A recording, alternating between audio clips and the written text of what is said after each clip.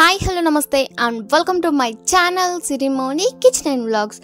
చాలా చాలా చాలా పెద్ద గ్యాప్ తర్వాత మళ్ళీ ఒక మంచి రెసిపీతో వచ్చేసాను. సో అదే మనకి ఫేవరెట్ అయిన ఈ సీజన్లో ఎక్కువగా దొరికే అయిన ఉసిరికాయలతో పులిహోర అండి. ఎంత బాగుంటుందంటే అసలు మనం రెగ్యులర్గా చేసుకునే పులిహోరలను అన్నిటినీ డామినేట్ చేసేస్తుంది. అంత టేస్టీగా ఉంటుంది ఈ ఉసిరికాయ పులిహోర. అలాగే చాలా చాలా చాలా హెల్త్ బెనిఫిట్స్ కూడా ఉన్నాయండి ఇందులో. ఎన్ని హెల్త్ బెనిఫిట్స్ అంటే మనం ఉసిరికాయలని రెగ్యులర్గా తీసుకోలేం, ఓన్లీ సీజన్లో మాత్రమే తీసుకుంటాం. కాబట్టి ఆ సీజన్లో దొరికే ప్రతి ఒక్కటి వాడుకోండి. సీజనల్ ఫ్రూట్స్ కానీ వెజిటేబుల్స్ కానీ బాగా తినాలి. అందులోనూ ఈ ఉసిరికాయ మాత్రం చాలా విటమిన్స్ని అలాగే రోగ నిరోధక శక్తిని కూడా కలిగి ఉంటుందండి. సో డెఫినెట్గా మీరు కూడా పచ్చడి రూపంగా కానీ పులిహోర రూపంగా కానీ ఏదో ఒక రూపంగా ఈ సీజన్ మొత్తంలో ఉసిరికాయలని బాగా యూజ్ చేసేసుకోండి. అలాగే పచ్చడి పెట్టుకున్నామంటే మనం ఇయర్ అంతా కూడా తినొచ్చు. సో ఇలాంటి పులిహోర కోసం నా వీడియోని స్కిప్ చేసేయకుండా చూసేసేయండి. అలాగే పచ్చడి రెసిపీ కావాలంటే మన ఛానల్లో ఆల్రెడీ పోస్ట్ చేసేసాను, చూసేసేయండి ఒకసారి మన ఛానల్ని విజిట్ చేసేసి. So let's get start our video. First అయితే ఇలా ఒక పెద్ద మిక్సింగ్ బౌల్లో అన్నంని వండేసుకొని ఇలా చల్లారబెట్టేసుకోండి.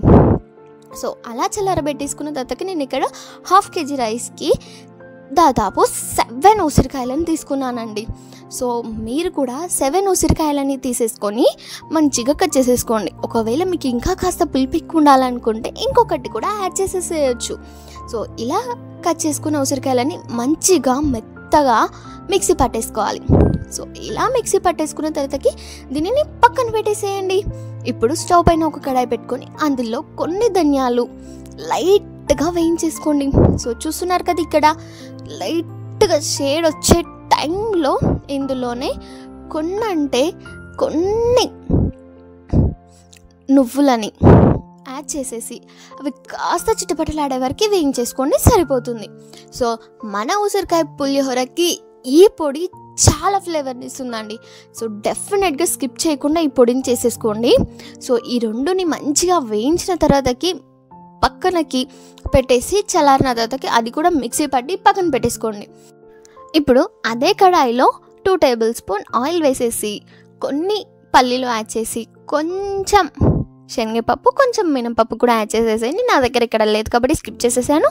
సో కొన్ని ఆవాలు, జీలకర్ర, ఎండుమిర్చి, పచ్చిమిర్చి ఇవన్నీ యాడ్ చేసిన తర్వాతకి కొన్ని కరివేపాకు రెబ్బలను కూడా యాడ్ చేసేసేయండి. మంచిగా కలిపేసేయండి. మీరు ఈ పులిహోరని ప్రసాదంగా కూడా పెట్టుకోవచ్చు మన దేవునికి.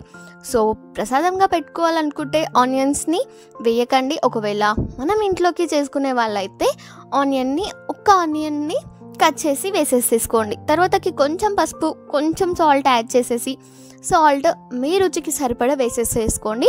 తర్వాతకి ఈ రెండింటిని 1 minute వేయించేసుకోండి. ఇందాక మనం మిక్సీ పెట్టుకున్న పొడి ఉంటుంది కదా, ధనియాలు మరియు నువ్వులని వేయించి తీసుకున్నాం కదా, ఆ పొడిని యాడ్ చేసి 1 minute అలా లైట్గా వేయించినామంటే సరిపోతుంది.